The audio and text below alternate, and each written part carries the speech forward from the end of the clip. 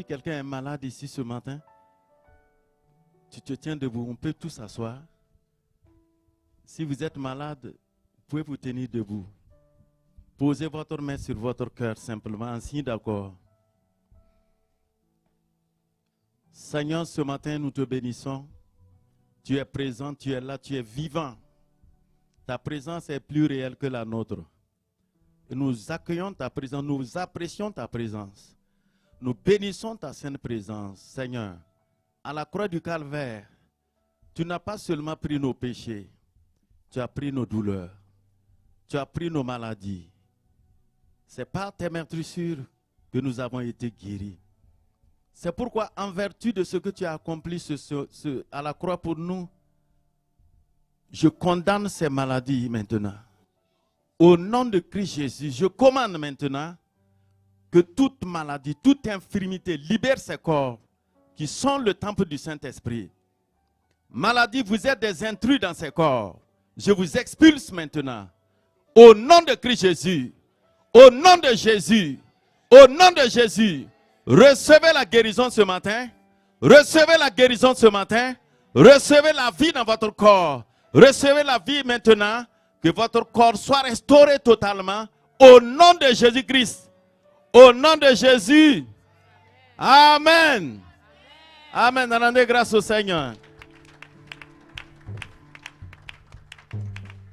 Alléluia.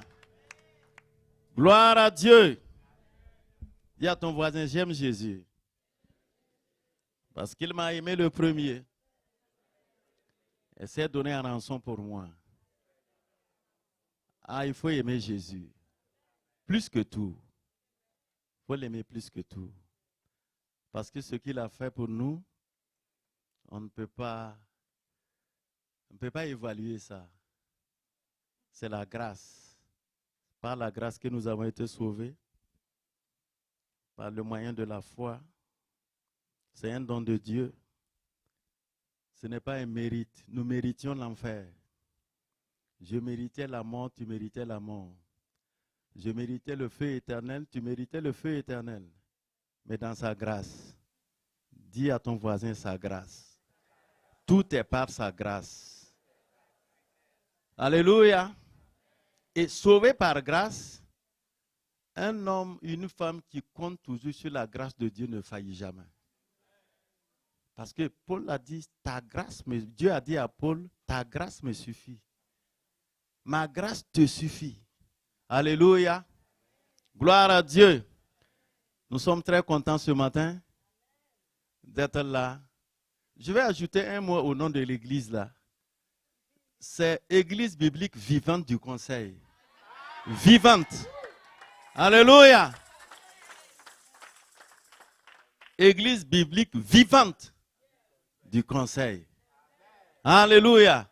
C'est une église vivante. Alléluia. Et quand on met pied dans cette assemblée, on sait déjà que le Saint-Esprit est en contrôle. Alléluia. Que Dieu vous bénisse. Que sa grâce soit avec vous. Je bénis le Seigneur pour la vie du pasteur Baga Mathieu, son épouse, tous les responsables de cette assemblée, toute l'assemblée de l'église biblique vivante du conseil. Que la grâce de Dieu continue d'abonder en vous. Que le Seigneur, que les projets du Seigneur se réalisent pleinement dans cette assemblée. Que tous les desseins du Seigneur pour vous s'accomplissent. Il n'est pas un homme pour mentir, ni un fils d'homme pour se repentir. Ce qu'il dit, il l'accomplit. C'est souvent une question de temps. Et un jour est comme 1000 ans pour Dieu, et 1000 ans comme un jour. Donc ne vous inquiétez pas, le Seigneur est fidèle. Alléluia. Je suis là avec ma moitié, l'os de mes os, la chair de ma chair. Alléluia. Amen. Tiens-toi debout, quand même. Comme je suis debout. Amen. Elle s'appelle Rachel. On s'est mariés le 22 et le 30 novembre 2002. Ça fait 23 ans aujourd'hui. Et le Seigneur nous fait grâce. On a 5 filles. Merveilleuse fille. Alléluia. Je voudrais parler à ceux qui mettent des filles au monde et qui disent, ah, c'est des filles, c'est des filles. Les filles sont des créatures de Dieu. Alléluia. Tout ce que Dieu donne est bon. Tout ce que Dieu donne est bon. Alléluia.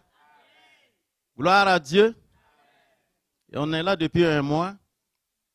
Et le séjour finit aujourd'hui. Et la grâce m'est donnée ce matin de juste apporter quelques conseils à l'Assemblée ici. Et pour que nous puissions avancer dans le Seigneur. Alléluia. Est-ce qu'il y a des couples ici ce matin? Je veux les couples levez vos mains.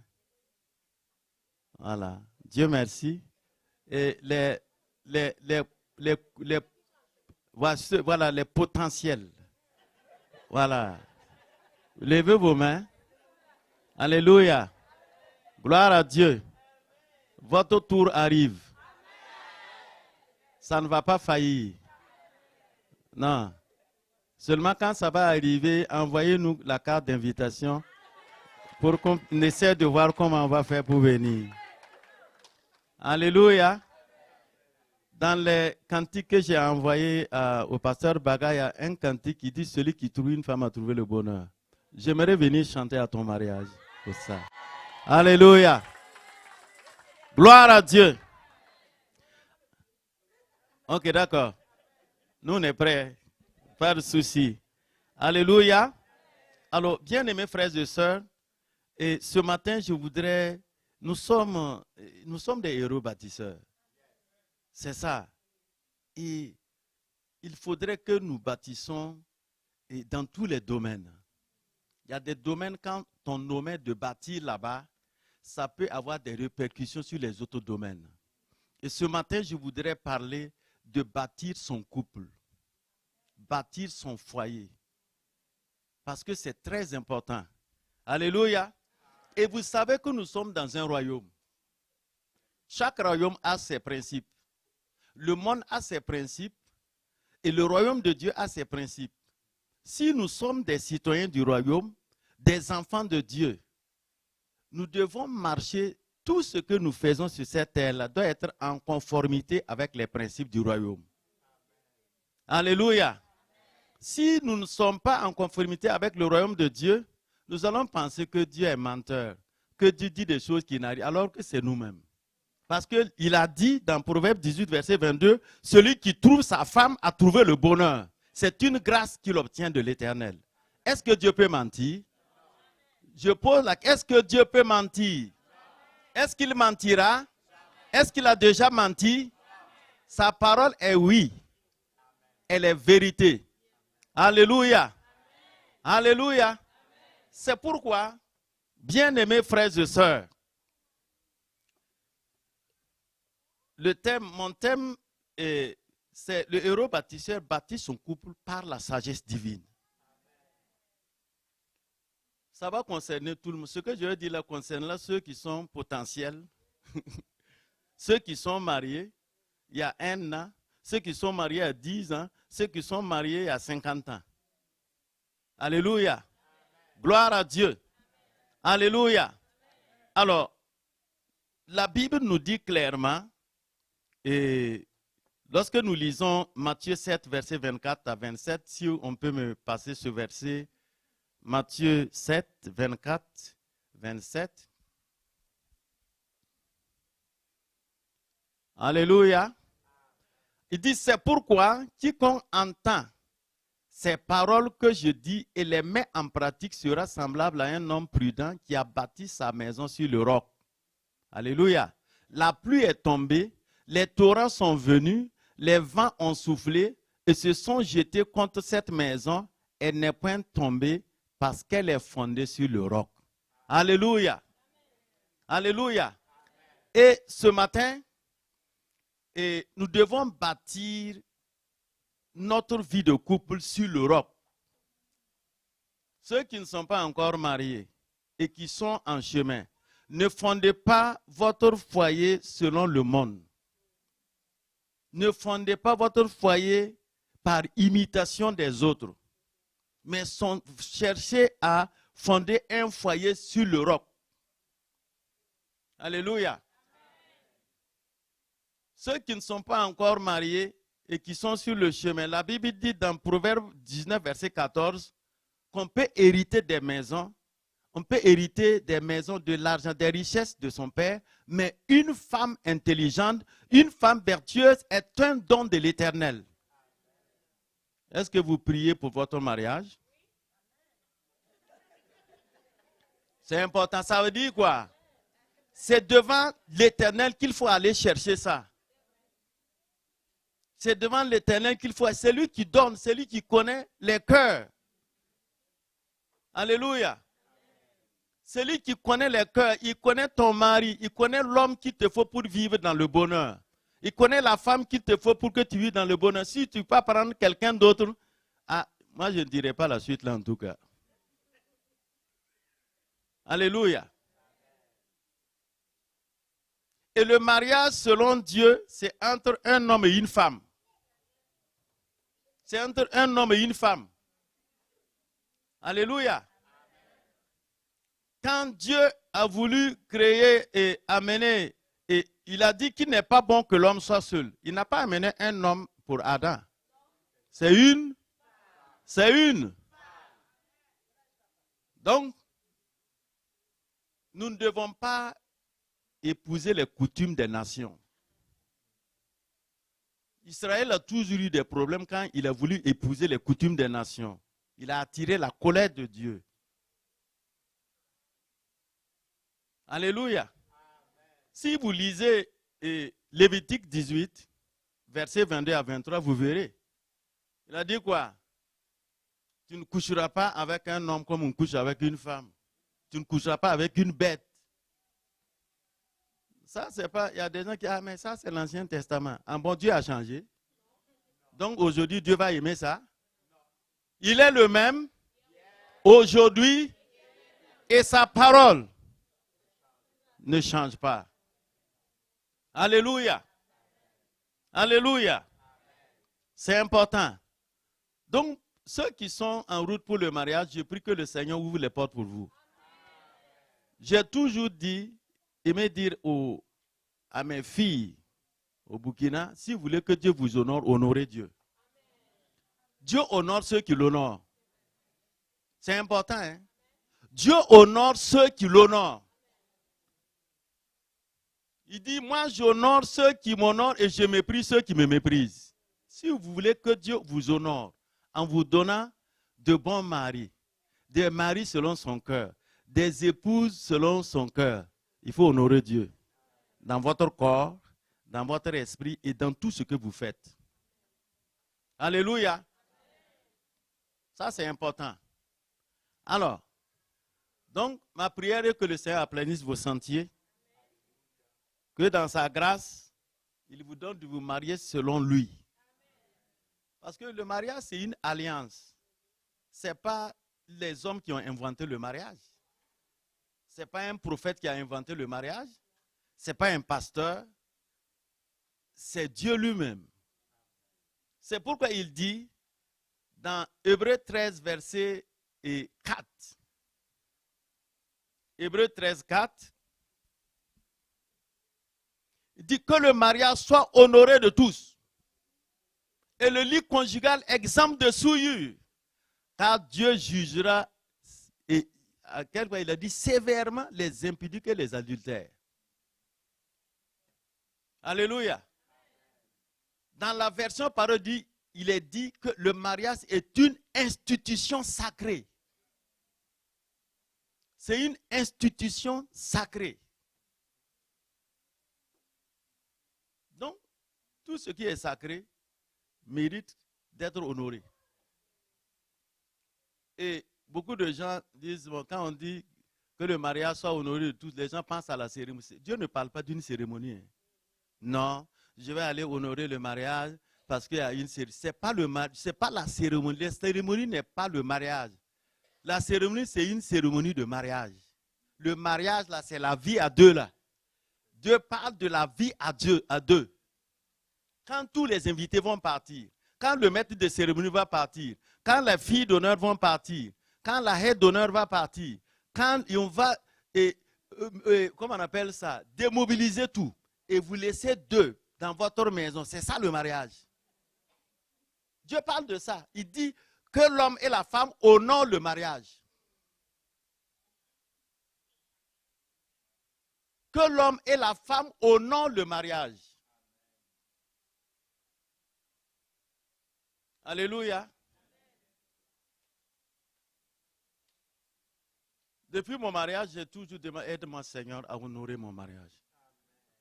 Parce que celui qui honore son mariage honore Dieu. Et si tu honores Dieu, Dieu va t'honorer. Je vais vous dire quelque chose. Il y a des femmes dans les foyers qui ont des problèmes parce qu'ils n'honorent pas le mariage dans le foyer. Il y a des hommes aussi qui ont des problèmes.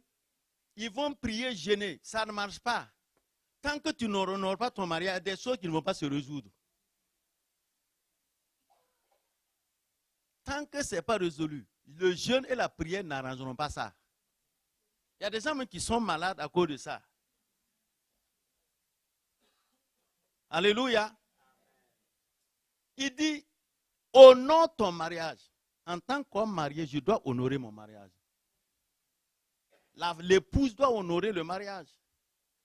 Mais honorer le mariage, ça veut dire quoi? C'est pratiquer les directives de Dieu selon le mariage. Si tu pratiques les directives de Dieu selon le mariage, tu honores le mariage.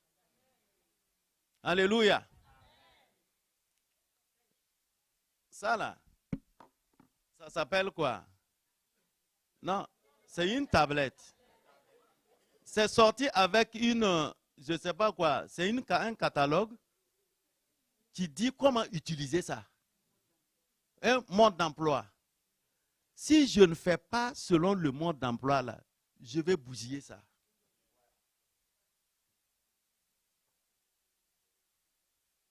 Ça peut prendre peut-être un voltage toléré. Si je mets plus de voltage, ça va exploser. Si je mets dans l'eau, ça va se gâter. Dieu a un mode d'emploi pour le mariage. Et c'est dans la Bible. On ne peut pas se marier et vivre bon comme ça, et on veut le bonheur. Et on ne veut pas faire ce que Dieu dit, ça ne marchera jamais. Vous allez vivre la coexistence pacifique seulement. La guerre froide. Et non un foyer. Est-ce que vous m'entendez ce matin? Je peux continuer?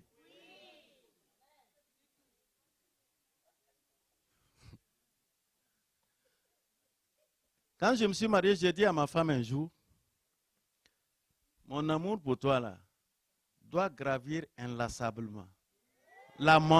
Attendez d'abord, attendez. C'est pas fini. Je lui ai dit, c'était son anniversaire, j'ai dit, mon amour pour toi là, va gravir inlassablement et exponentiellement la montagne du temps, et ce jusqu'en l'éternité.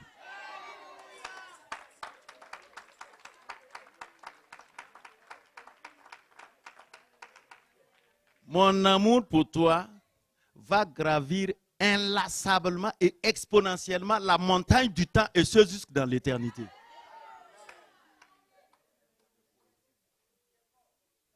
Alléluia. Elle a toujours la carte. Et c'est vrai, je n'ai pas dit ça pour lui faire plaisir. C'est vrai, ça lui fait plaisir. Mais c'est un engagement. C'est une décision. Alléluia. Alléluia. Dieu peut te trouver une femme ou un mari, mais Dieu ne va pas venir l'aimer à ta place. Non, c'est toi qui dois l'aimer. Ou bien, Dieu fait sa part, tu fais ta part.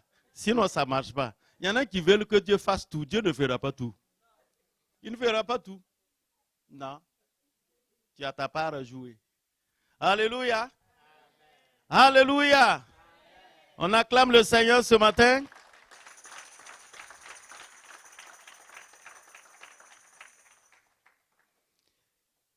Proverbe 24, 3 dit, c'est par la sagesse qu'une maison s'élève. Par la sagesse qu'une maison s'élève. Là où il n'y a pas la sagesse, les choses s'écroulent. quel que soit le domaine que vous faites, que ce soit le domaine professionnel, dans le domaine conjugal, quel que soit le domaine, s'il n'y a pas la sagesse, soit vous faites du surplace ou ça s'écroule. On n'avance pas. Alléluia. Il faut la sagesse. Et la sagesse, c'est la parole. La parole de Dieu, celui qui se donne, se livre à la parole, celui qui est rempli de la parole, qui pratique la parole, devient sage. C'est pourquoi le psalmiste dit que ta parole me rend sage même plus que les anciens. Alléluia. Alléluia. Alléluia. Gloire à Dieu. Gloire à Dieu.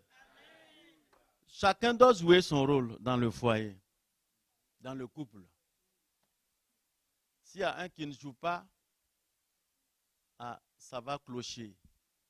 Je vais parler du rôle de l'homme d'abord. Je vais venir aux femmes. J'aimerais vraiment que vous m'écoutez. Sérieusement, ce que je vous dis, ce ne sont pas mes paroles, c'est la parole de Dieu. Je ne suis qu'un relayeur de la parole. Alléluia. Les époux.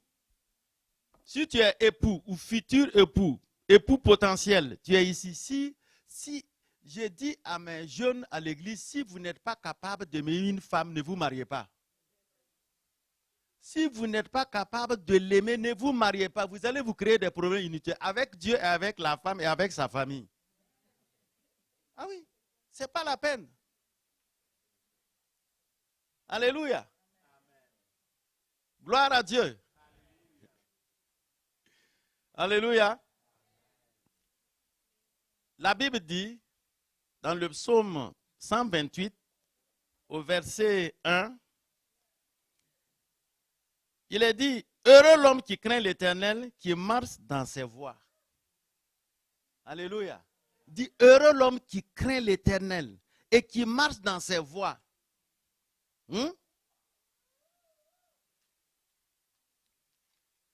dit, tu jouis alors du travail de tes mains.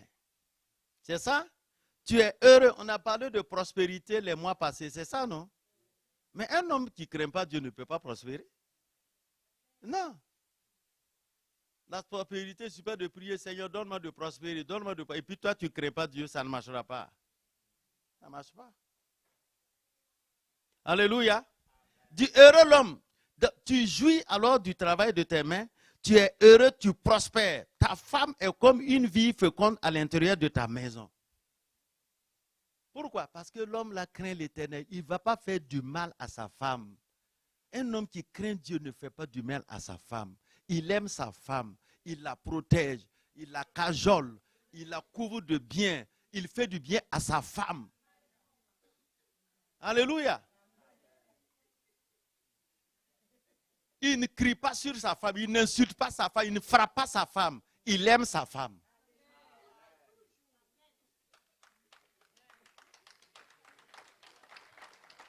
Ce que je suis en train de vous dire là, c'est sérieux. Si vous voulez être heureux dans la vie, là, il y a des choses que vous ne devez pas jouer avec. Si vous jouez avec, vous allez souffrir inutilement. Vous allez vouloir que Jésus revienne rapidement. Il ne viendra pas rapidement. Oui. Il y a des gens qui disent, Jésus, il faut venir rapidement. Il ne viendra pas parce que tu as des problèmes. Il viendra quand on aura fini d'évangéliser le monde entier. Alléluia. Un homme qui craint l'Éternel.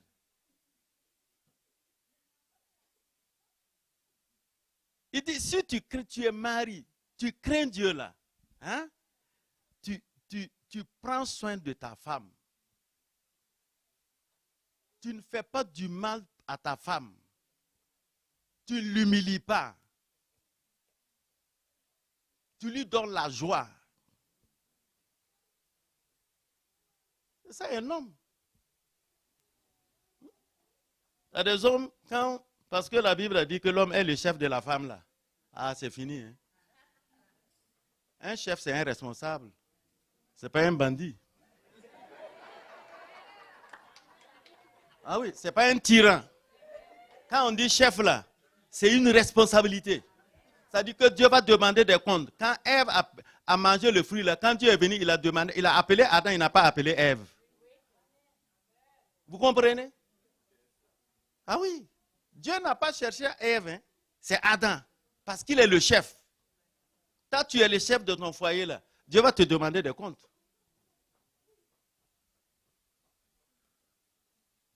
Est-ce que vous êtes là?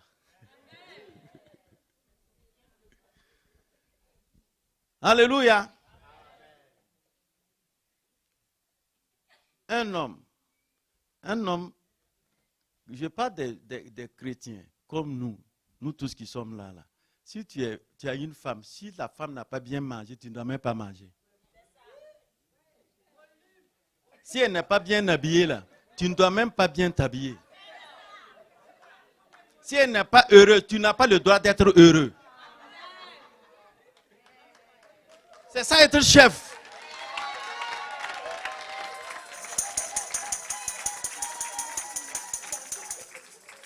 C'est ça le chef. Le chef protège. Le chef entoure. Le chef garde, veille. C'est ça. Il y a des hommes, quand leurs femmes sont malades, ça ne les dit rien même. Ils se baladent en ville seulement. La femme est couchée. Ça, c'est une démission. La démissionner. Alléluia.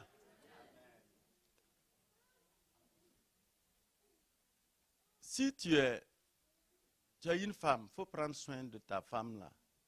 C'est l'enfant de quelqu'un. Toi aussi, tu as des enfants qui vont se marier. Tu comprends ce que je dis? Un jour, j'ai dit à l'église, aux hommes de se lever et de faire une prière. Personne n'a prié. J'ai dit à moi, vous allez prier ça. J'ai dit aux hommes là de prier, de dire, Seigneur, donne à ma fille un mari comme moi. Ils sont là arrêtés comme des poteaux électriques, ils ne parlent pas. J'ai dit, priez, vous allez prier ça aujourd'hui. Donne à ma fille là un mari comme moi. Personne ne voulait prier. J'ai dit, changez votre manière de vivre avec vos épouses. Ça dit qu'ils vivent mal avec les épouses. C'est pourquoi ils ne peuvent pas prier.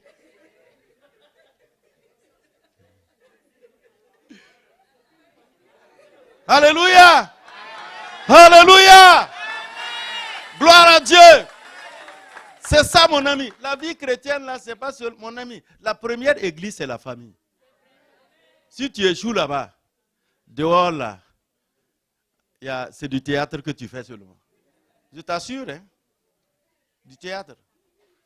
Il y a des hommes qui sont bons dehors et méchants dedans. Ça ne te sert pas. Dieu t'attend. Il va te demander des comptes. Hein. Ah oui. Alléluia. Gloire à Jésus. Jésus est bon.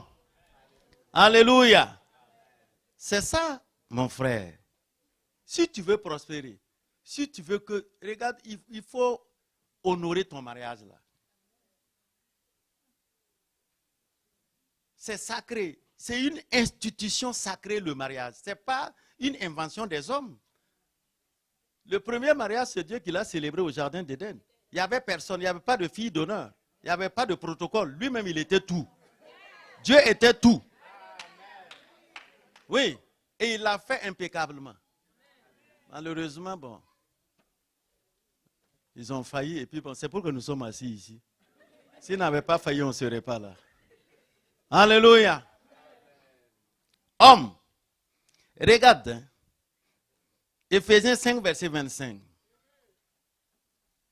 Je commence par les hommes, les chefs. Comme ils sont chefs là, on va commencer par eux. Et puis on va venir maintenant. Voilà.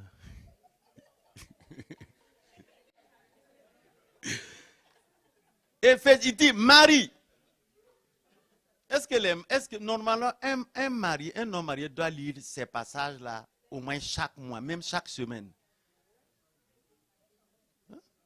Tu dois lire ça. Il dit, Marie, aimez vos femmes comme Christ a aimé l'Église. Écoute bien. Il dit, le mari doit aimer sa femme comme Christ a aimé l'Église.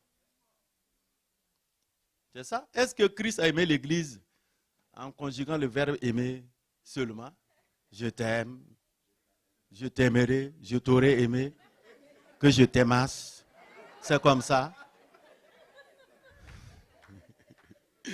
Qu'est-ce que Jésus a fait? Il s'est donné lui-même pour l'église. Un homme doit se donner pour sa femme. Il parle de l'amour sacrificiel.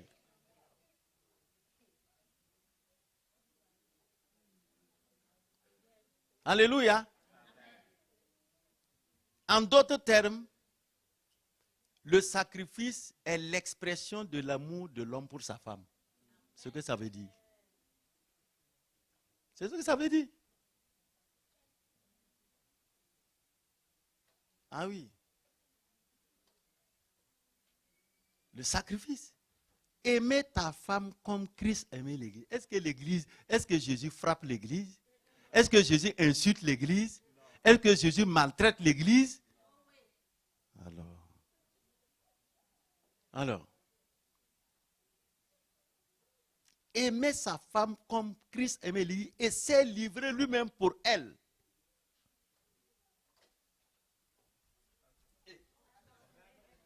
D'accord, ça va aller.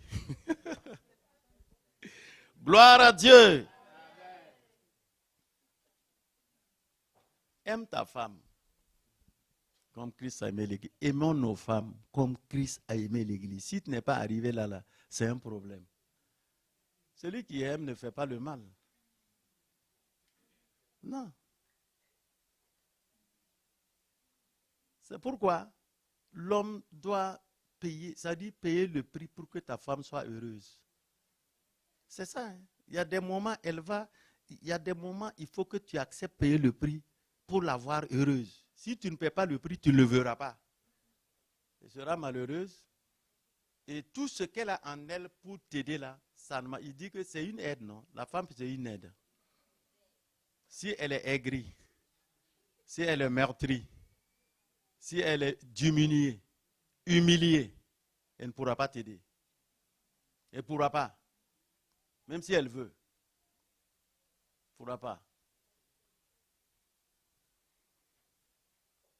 Parce que la femme, c'est le même terme aide là qui est utilisé pour le Saint-Esprit. Consolateur là. Aide là. C'est presque le même. En hébreu, c'est la même chose. C'est une aide, un paraclétos. Quelqu'un qui est là pour te soutenir, pour t'aider. Mais il faut l'aider à t'aider. C'est ça. Mais si elle est tout le temps malheureuse, tout le temps, hein, comment elle peut aider? Un malheureux ne peut pas aider quelqu'un. Ou bien? C'est ça. Alléluia. Alléluia. Alléluia. Gloire à Dieu. Gloire à Dieu. Il dit, Marie, 1 Pierre 3, verset 7, dit, et vous, Marie, prenez soin de votre femme dans la vie commune. 1 Pierre 3, 7. Moi, j'ai la version parole de vie. Il dit, Marie, montrez à votre tour de la sagesse dans vos rapports avec vos femmes comme avec un sexe faible. Ici, là, on parle de fragilité. La femme est fragile. C'est ça. Et honorez-les comme devant hériter, voilà, avec vous de la grâce, la vie. Qu'il en soit ainsi, afin que rien ne vienne faire obstacle à vos prières. Vous comprenez? Il y a des hommes qui prient, ça ne marche pas. Il y a des coups, ça ne marche pas parce qu'il y a des obstacles. Des hommes qui n'honorent pas leur femme. La femme a besoin d'être honorée. Elle a besoin d'être cajolée. Elle est comme une fleur. Quand on pince, elle se froisse. Si vous attrapez une fleur, si vous ne faites pas attention, vous pouvez la froisser. Parce que c'est fragile. La femme est comme ça. Émotionnellement et presque en tout. Je suis en train de parler aux hommes. Alléluia. Colossiens 3, 19. Il dit, Marie, témoignez à votre épouse beaucoup d'affection. Ne laissez pas l'amertume et le ressentiment envahir votre cœur. Il dit, ne soyez pas durs envers votre femme. Il y a des hommes qui sont durs vers leur femme. Durs. Ils se mettent, ils prennent le prétexte de chef. Ils sont durs. Chef, là, ça ne veut pas dire être dur. Comme je l'ai dit, un chef protège, un chef prend soin, un chef veille. Alléluia. Alléluia. C'est ça la sagesse. On ne peut pas faire autrement. Si on fait autrement, on va ressembler au monde seulement. Et si on ressemble au monde, c'est fini. Alléluia. Dans 1 Timothée 5, verset 8, la Bible dit là-bas que celui qui ne prend pas soin des siens, là, quelqu'un qui ne veille pas sur sa famille, il est pire qu'un infidèle. Il a renié même la foi. Regardez, si quelqu'un n'a pas soin des siens, et principalement ceux de sa famille, de sa maison, il a renié la foi, il est pire qu'un infidèle. Ça veut dire qu'il est out. Il n'est même plus dans la foi. Il peut être pasteur comme moi, mais quand Dieu regarde, c'est un plaisantin. Rien. Parce qu'il néglige sa maison. Il néglige sa femme, il néglige tout. Sa vie de couple. Il ne prend pas soin, il ne veille pas pour que cette vie de couple-là honore Dieu. Parce que notre objectif, c'est quoi? Dans tout ce que nous faisons, Dieu doit avoir la gloire. Nous devons honorer Dieu dans tout ce que nous faisons, tout ce qui nous concerne. Alléluia. Quelqu'un qui n'a pas soin des siens, qui ne veille pas sur sa femme, des enfants, qui ne prend pas soin. Je ne sais pas si ici, là, les gens font ça. Il y a des hommes qui mangent dehors et dedans, là, il n'y a rien. Quand ils sortent, ils vont à McDo, ils mangent bien. Et les femmes n'ont rien. Bon, en tout cas, je ne sais pas si, mais en Afrique, on voit ça. On peut aller manger des poulets, boire Coca-Cola. Et à la maison, là, il n'y a rien à manger. Ils viennent maintenant, ils jouent au chef. Ce n'est pas possible. Alléluia. Alléluia. Gloire à Dieu. Gloire à Dieu. Gloire à Dieu. Que Dieu nous aide. Il dit, Marie, témoignez à votre beaucoup d'affection. Beaucoup d'affection. La femme, je ne suis pas femme, mais je sais que les femmes ont besoin de se sentir aimées. Oui bien, elles ont besoin de se sentir aimées. Si la femme se sent aimée là, non, elle resplendit. Elle brille. Mais si elle sent qu'elle est tout le temps triste, c'est ça. Elle veut se sentir aimée. Et cet amour-là, ce n'est pas théorique. Il y a des actes qu'il faut poser pour lui montrer que tu l'aimes. Ah oui. C'est ça, comme Jésus l'a fait. Il ne nous a pas aimés théoriquement, il a donné sa vie pour nous. C'est pourquoi dans Romains 5, verset 8, il dit que Dieu prouve son amour avec nous en ce que lorsque nous étions encore pécheurs, Christ est mort pour nous. C'est la preuve que Dieu nous aime, la mort de Jésus. Ah oui. Alors, on doit prouver à nos épouses qu'on les aime. Ouais. Si elle se réveille à minuit, elle dit bonjour. Regarde dans le frigo, cherche-moi un pot de yaourt parce que j'ai faim. Ah non. Toi aussi, tu as 2 pieds, non? Par amour, tu le fais. Tu vas voir que elle sait que tu l'aimes. C'est ça, non? Alléluia! Alléluia! Aimons nos épouses. Et nous serons bénis. Puisque quand on le fait, en fait, ce que les gens ne comprennent, quand on le fait comme ça, on honore la parole. Et quand on honore la parole, on honore Dieu. Et Dieu nous honorera. Mais si on passe à côté, et je vous dis sérieux, il y a des gens qui prient, ça ne marche pas parce que là-bas, là, ça ne va pas. Ah oui? Il y a des choses sur lesquelles il ne faut même pas s'amuser. C'est pourquoi Satan attaque la famille dans le monde. Satan attaque les familles. Il pervertit même la famille jusqu'à ce qu'il est arrivé à un point même pour dire qu'un homme et un homme peuvent fonder une famille. Une famille et une femme peuvent fonder une famille. Ça, c'est de la perversion. C'est une attaque frontale de Dieu contre Dieu. Et quand il n'arrive pas à ça, quand vous êtes mariés, ce qu'il veut là, c'est que chaque jour là, vous faites intifada. Vous connaissez intifada, non? Chacun tient une pierre et puis vous vous jetez. C'est ça. Paul nous dit de ne pas donner accès, de ne pas ignorer ses desseins. Beaucoup de gens ignorent les desseins de Satan. Hein? Ils sont là pour des discussions, c'est la guerre. On dort toute la nuit sans se parler, fait une semaine sans se parler. Chacun est dans son coin et Satan est en train d'applaudir. Ces démons dansent et lui il applaudit. Parce qu'ils ont eu raison. Ils ont vaincu. Nous ne donnons pas accès à Satan. Nous ne lui donnons pas accès dans nos foyers. Parce que si là-bas, dans la famille, ça va, dehors, là, ça va marcher. C'est comme ça, hein?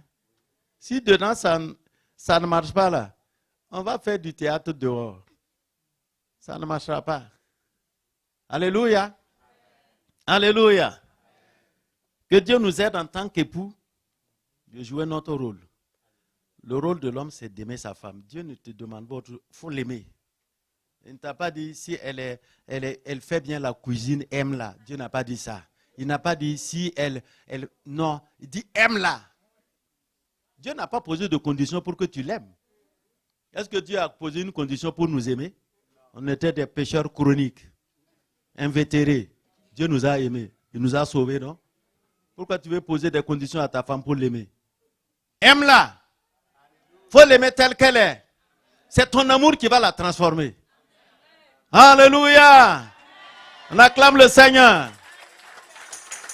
Alléluia.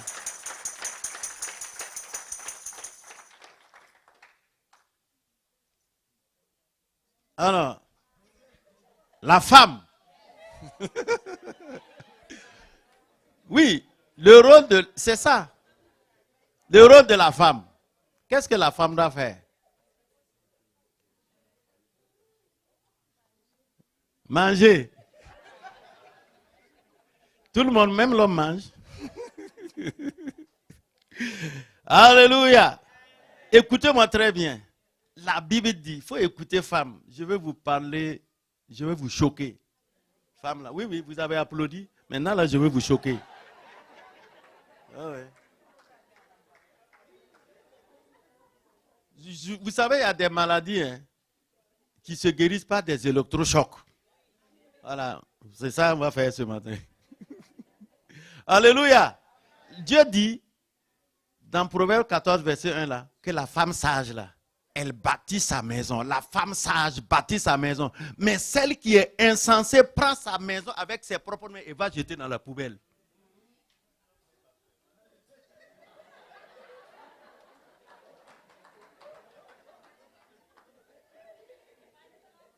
Oui, oui. La femme sage bâtit sa maison. En fait, elle bâtit son foyer. Son foyer est ferme, son foyer est établi, son foyer ne tangue pas, son foyer est solide.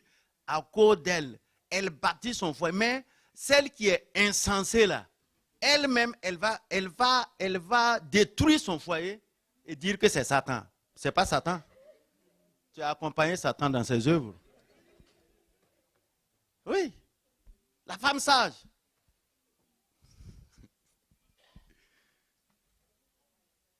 C'est important. Hein? Femme, j'espère qu'après ça, vous allez me saluer. Hein? Parce que je vais être... Bon, pas trop, mais bon, ça va, je vais équilibrer quand même. Alléluia.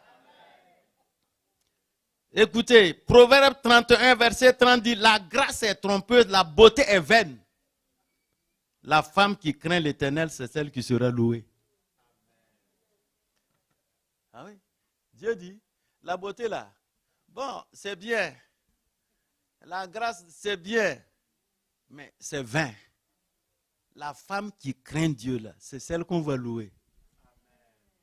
Ce n'est pas celles qui sont belles. Hein? Ah ouais. Alléluia. Jézabel était une belle femme. Hein? Ah ouais. Mais mon ami, c'est elle qui a ruiné Israël. Vous comprenez? La grâce est trompeuse. C'est pourquoi ceux qui ne sont pas mariés là, Les garçons qui cherchent des filles pour marier là, la grâce et la beauté là est vaine. C'est celle qui craint l'Éternel là qui sera louée. Vous priez, demandez à Dieu. Et vous aussi, en regardant, ne regardez pas l'apparence. Si vous regardez l'apparence, vous allez vous tromper. Vous allez amener quelqu'un chez vous là. Vous allez déménager, la laisser. Ah ouais.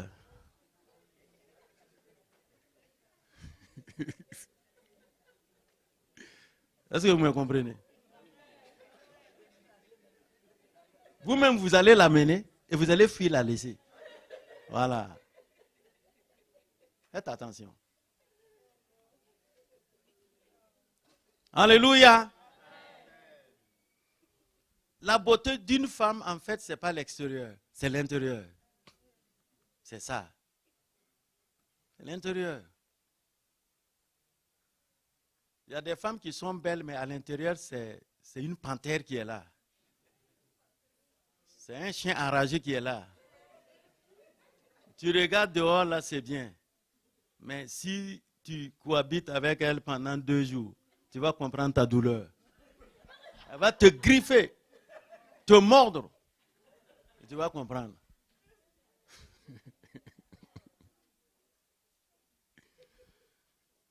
Je ne suis pas contre la beauté. Dieu n'est pas contre la beauté. Faites-vous belle.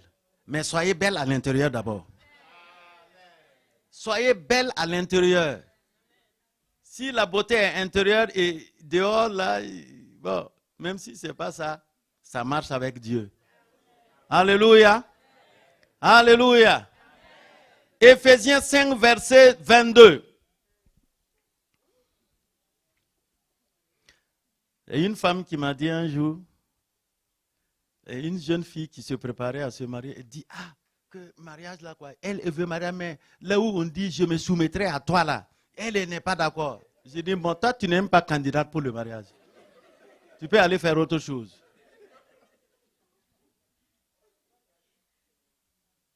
Tu peux aller faire autre chose. Le mariage, ce n'est pas pour toi.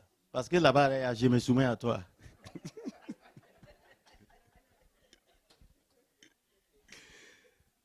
Alléluia. Que Dieu nous aide. Dieu, ton mariage est très important aux yeux de Dieu. Il ne faut pas t'amuser avec ça. À cause de la mauvaise gestion de ton mariage peut te faire rater le paradis. Est-ce que tu sais ça? Oui. Si tu gères mal ton mariage, même si tu parles en langue, même si tu ressuscites les morts, tu peux aller en enfer. Ah oui. C'est pour rien que Jésus a dit, en ce jour-là, il y en a qui vont venir me dire, nous avons ressuscité les morts, on a prophétisé en ton nom, on a fait ceci en ton nom. Il va dire, mais arrête de moi, ouvrier d'iniquité, je ne vous ai jamais connu. Vous comprenez? Que Dieu nous préserve de ça. Que Dieu nous préserve de ça. Femme, est-ce que vous m'écoutez? Regardez, il dit, je lis, c'est la version parole vivante que je vais lire. Il dit, vous épouses, apprenez à vous soumettre à votre mari, à le servir comme vous le faites pour le Seigneur. Vous comprenez? Il dit, femme, la manière dont tu sers le Seigneur, tu dois servir ton mari comme ça. Ah oui. C'est ça.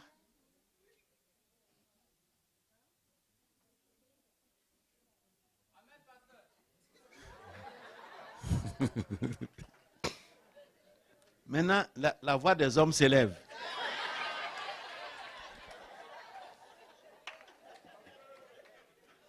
Écoutez attentivement, femme, femme, femme, femme, femme. Écoute avec tes 2 oreilles et attentivement. Dieu dit que ton mari, là, c'est ton chef. Bon, ici, là, écoutez très bien. Ton mari est ton chef. Il n'a pas dit, écoutez, il ne faut pas qu'on fasse l'amalgame. Il n'a pas dit que le mari est le chef de la famille. Il a dit le mari est le chef de la femme. C'est différent. Si tu es à côté de ton mari, là, c'est ton chef qui est assis à côté de toi. Ça dit, c'est une autorité. Hébreux 13, verset 1 dit, il dit que toute personne soit soumise à toute autorité supérieure. Car il n'y a pas d'autorité qui n'ait été établie par Dieu. Donc le mari est une autorité. Et toute autorité a besoin de respect. On respecte l'autorité. Les femmes qui crient sur leur mari, il faut arrêter. Tu élèves ta voix sur ton mari, il faut arrêter ça. Arrêtez. Une femme censée ne lève pas sa voix sur son mari. Elle ne crie pas sur son mari. Non. Tu as une autorité. Dieu l'a établi à côté de toi. Tu dois le respecter. Dans Ephésiens 5, 33, là, le verset dit que chaque homme aime sa femme et que la femme respecte son mari. Les femmes, vous êtes contentes, non?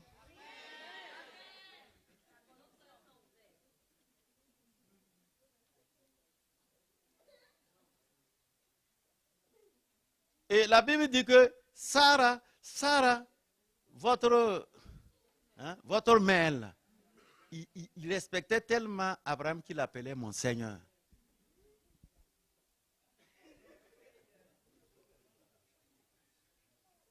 La parole de Dieu n'a pas, il n'y a pas une question de, la parole de Dieu, elle est là.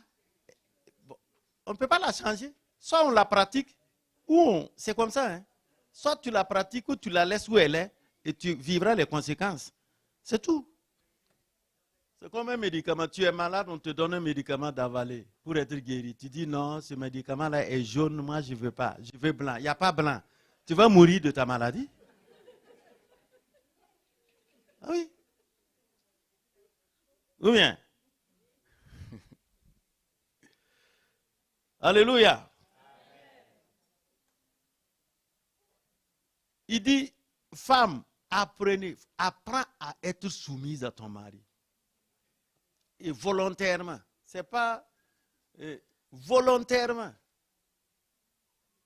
Moi, je ne peux pas comprendre. Il y a des femmes qui respectent les patrons au service. Ils respectent leur pasteur, mais ils ne respectent pas leur mari. Tu es passé à côté? Tu ne comprends pas. Hein?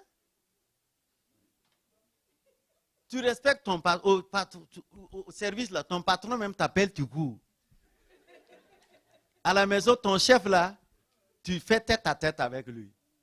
Tu n'as rien compris.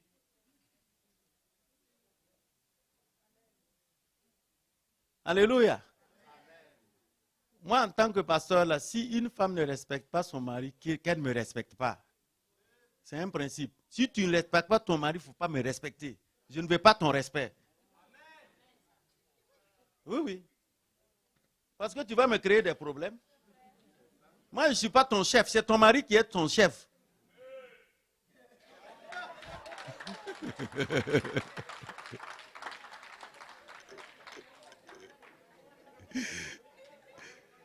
Alléluia. Alléluia. Quelqu'un va dire, mais qu'est-ce que pasteur Baga a fait? Appelez ce type-là ce matin ici comme ça. C'est pour ton bien. Hein? C'est par manque de connaissance que le peuple périt. Mon peuple périt par manque de connaissance. Alléluia. Il dit, Colossiens 3, verset 18, épouses, soyez soumises chacune à vos maris comme il convient dans le cadre d'une vie chrétienne. La soumission, là, quand on parle de soumission, ce n'est pas de l'esclavagisme. Non. Les gens, on dit on est émancipé. Une femme chrétienne émancipée, c'est une femme qui se soumet à son mari. C'est ça l'émancipation dans le royaume.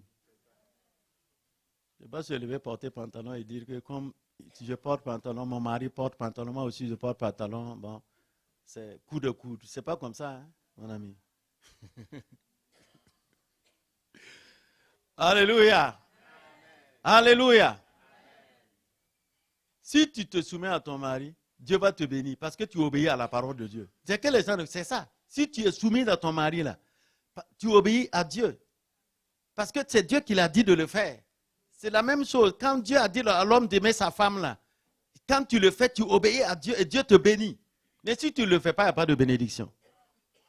Pas de bénédiction. C'est pourquoi beaucoup de gens ont des problèmes. Hein?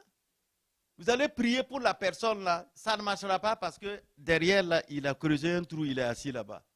Il faut qu'il sorte de ce trou. Sinon, ça ne marchera pas. Alléluia. Gloire au Seigneur. On tire vers la fin.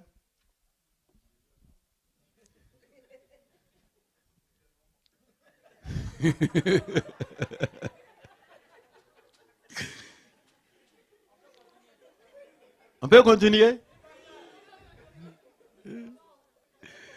Alors, ça, ce thème-là, c'est tout un séminaire. J'ai juste attrapé comme ça pour qu'on puisse se partager avant qu'on ne parte. Parce que c'est important. Chaque année, j'organise dans mon église une retraite de couple. Le 13 septembre qui vient, là, on a une retraite de couple. Tous les couples de l'église, on se retrouve à quelque part. Ensemble. Voilà. Et on passe toute la journée, on s'enseigne. Et voilà, on fait lavage des pieds, on fait tout. Les gens se pardonnent et puis bon, c'est ça. Ça, c'est important. Alléluia. Et 1 Pierre 3, verset 1. Il dit, je voudrais m'adresser à présent aux femmes mariées. Que chacune d'entre vous soit de même soumise à son mari pour que ceux d'entre eux qui refusent de croire à la parole soient gagnés à la foi sans parole par le témoignage silencieux de votre vie quotidienne. Toi, tu veux que ton mari change et tu es une bagarreuse. Il ne changera pas. Ouais. Tu veux que ton mari avance, il peut être chrétien. Alléluia. Ok, merci. Il peut être, il dit, la femme peut gagner son mari sans parole. Par son attitude.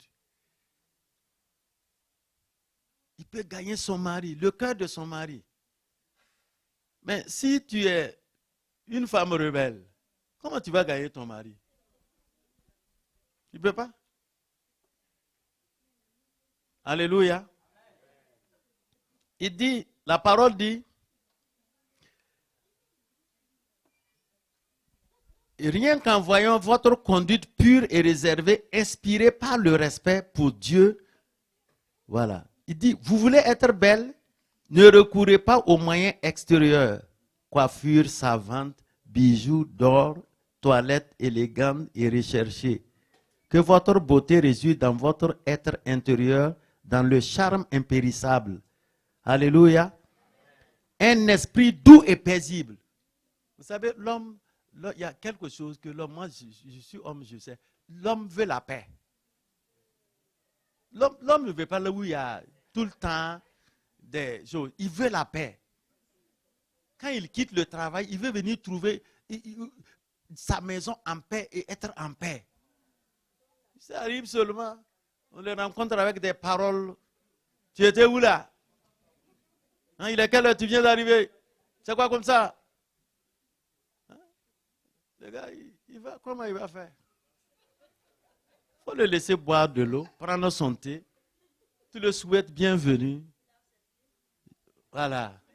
Chérie, tu es arrivé. Viens, mon yom. C'est ça, non? Ici, on dit yom, non? Vous savez quoi?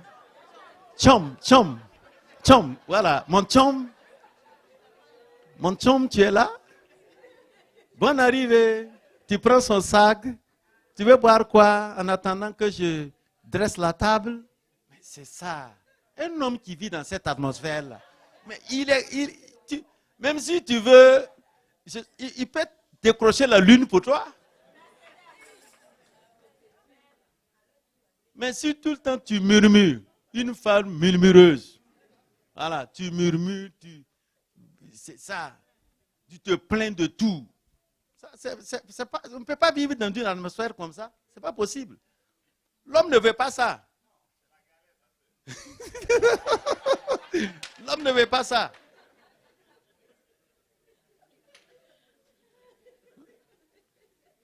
Je disais tantôt, écoutez ma femme, n'élève jamais ta voix sur ton mari. N'élève jamais ta voix sur ton mari. Tu t'adresses à une autorité. Tu ne sais pas, il y a une onction que Dieu met en l'homme. en tant que chef de famille, si tu touches à l'onction, beaucoup de femmes mariées sont malades, vous avez fait des examens, il n'y a rien. Vous faites des choses, il n'y a rien. Tu as touché à quelque chose. Il faut faire attention. Faire attention. J'ai connu une femme comme ça, malade, tout le temps malade, tout le temps malade. En fait, il n'y a rien. Mais son mari m'a parlé, il dit que chaque fois que la femme la crie sur lui, sa maladie là se déclenche seulement. Chaque fois, toutes les fois où la femme crie sur lui seulement, la crise est là. Je dis, madame, tu connais la solution, non? Ne crie plus sur ton mari. Et tu vas voir. Et elle a cessé et puis la maladie là est partie. Vous comprenez? Oui. Alléluia. Gloire à Dieu. Gloire à Dieu. Voilà. Il dit les coiffures, les parures. Dieu n'a pas dit, en fait, il dit, il ne faut pas privilégier ça. Voilà. La beauté intérieure est plus importante que la beauté extérieure. Si tu es belle dehors, il faut t'assurer que dedans là aussi c'est beau. Sinon, si c'est sale, dehors là, ça ne sert pas. Quand les gens regardent, les gens remuent la tête. Voici une belle femme dehors, mais dedans c'est n'importe quoi. C'est ça. Respecte ton mari. Il faut que les femmes apprennent à respecter leur mari. C'est important. C'est ton chef. Ah oui? C'est ton chef. Quand on dit chef, là, c'est Dieu l'a établi comme autorité dans la famille. Donc, toute autorité mérite un respect. Ah oui? Maintenant, bon, si tu fais autre chose, c'est compliqué. Il dit, alors maintenant, je vais donner un exemple. On est en train de tirer vers la fin. Il y a une femme dans Esther 1. Si vous lisez Esther 1, à partir du verset 1 jusqu'au verset 12, bon, même jusqu'à la fin, vous allez voir, il y a une femme qui s'appelle Vashti, la femme du roi Assuérus. Voici une femme qui faisait la concurrence avec son mari. Ça, c'est un. Et elle est, je ne sais pas comment il faut la qualifier, c'est une femme rebelle. Son mari organise un festin, elle aussi organise. Ça, c'est la concurrence. Il y a des femmes qui font la concurrence avec leur mari. Ce n'est pas bon. Il n'y a pas de concurrence, c'est une complémentarité. L'homme et la femme sont complémentaires. Il n'y a pas de concurrence. Donc, comme elle a organisé, le roi, et à un moment donné, le roi était bien dans son vin, et il envoie chercher la reine, parce qu'il a montré tout son royaume, tous les trésors de son royaume, là, il manquait sa femme, qu'elle voulait montrer aux gens comment elle était belle. Le roi l'appelle et dit qu'elle ne vient pas.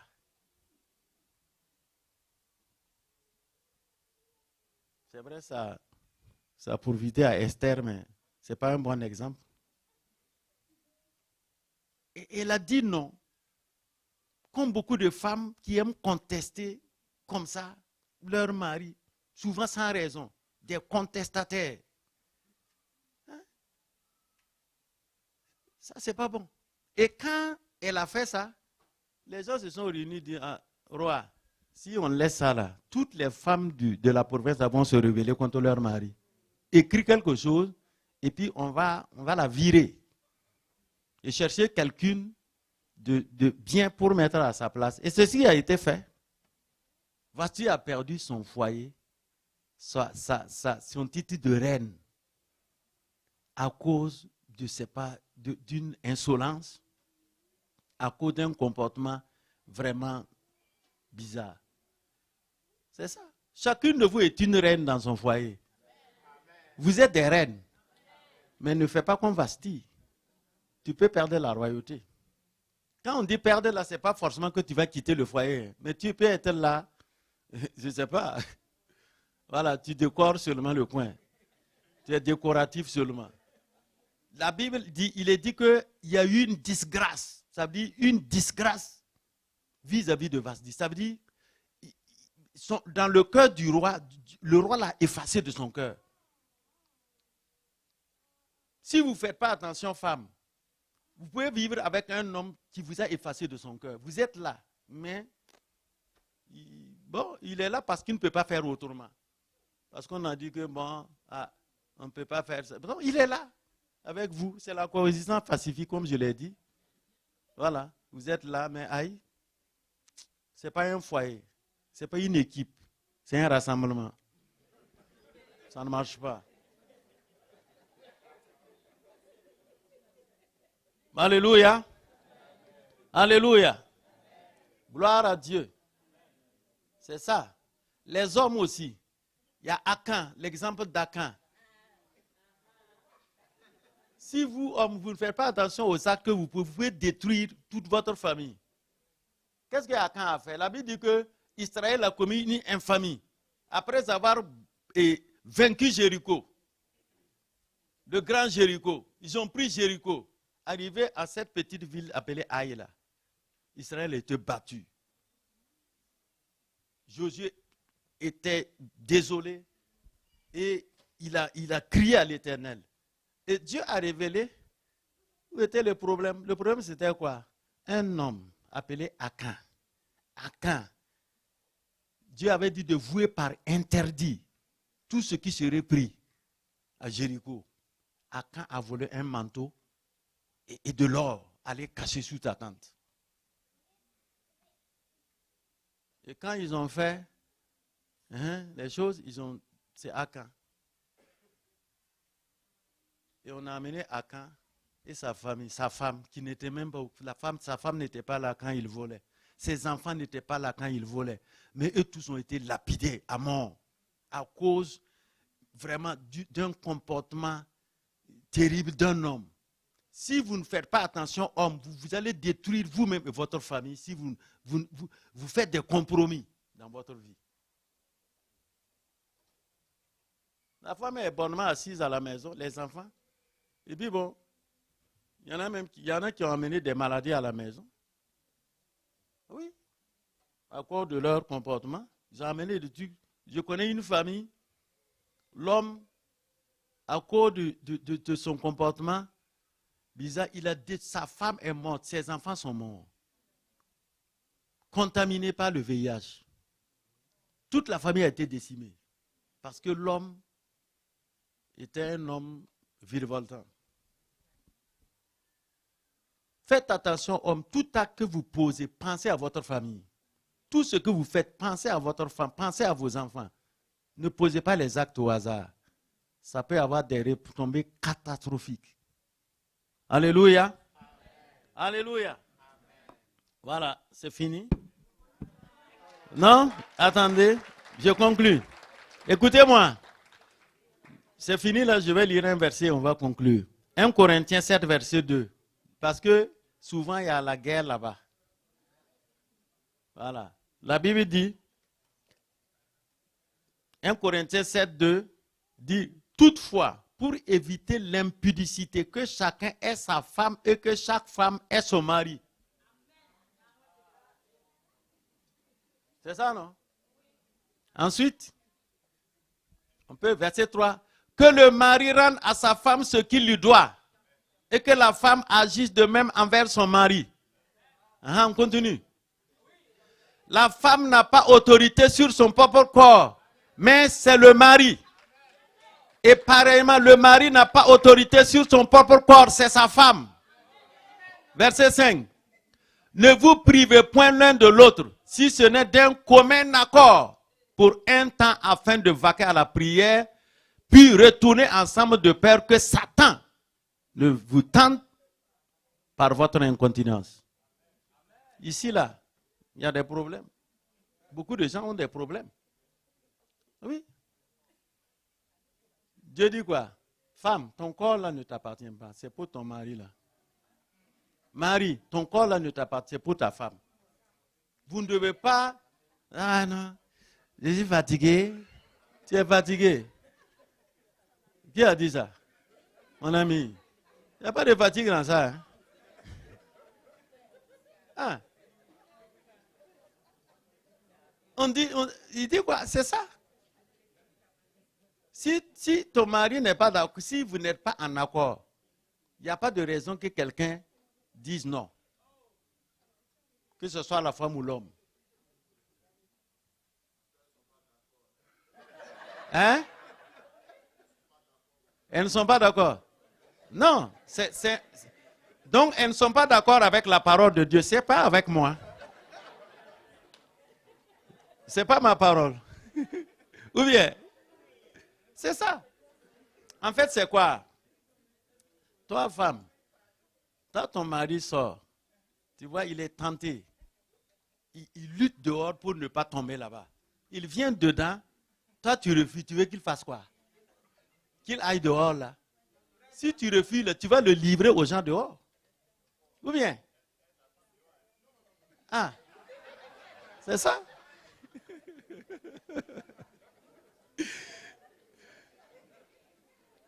Il dit, ne vous privez point l'un de l'autre si ce n'est d'un commun accord.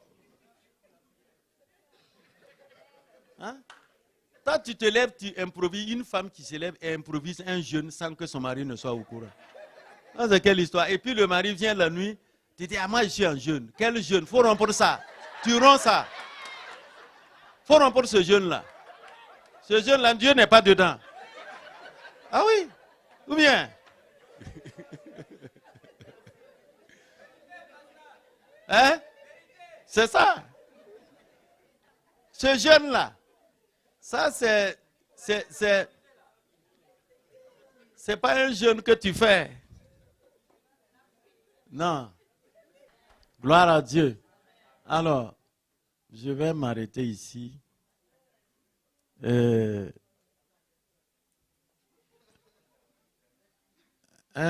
homme et sa femme sont un.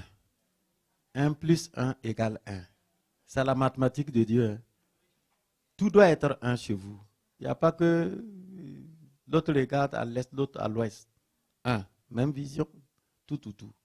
Marchez ensemble. Et sachez que votre mariage a une date de péremption. Vous comprenez? Un jour, on dit quoi? Jusqu'à ce que la mort nous sépare, non? C'est une date de péremption. Il y a une date de péremption pour le mariage. Donc, pendant qu'on vit là, rendons-nous heureux. Vivons heureux. Vivons heureux. Alléluia. Que Dieu vous bénisse.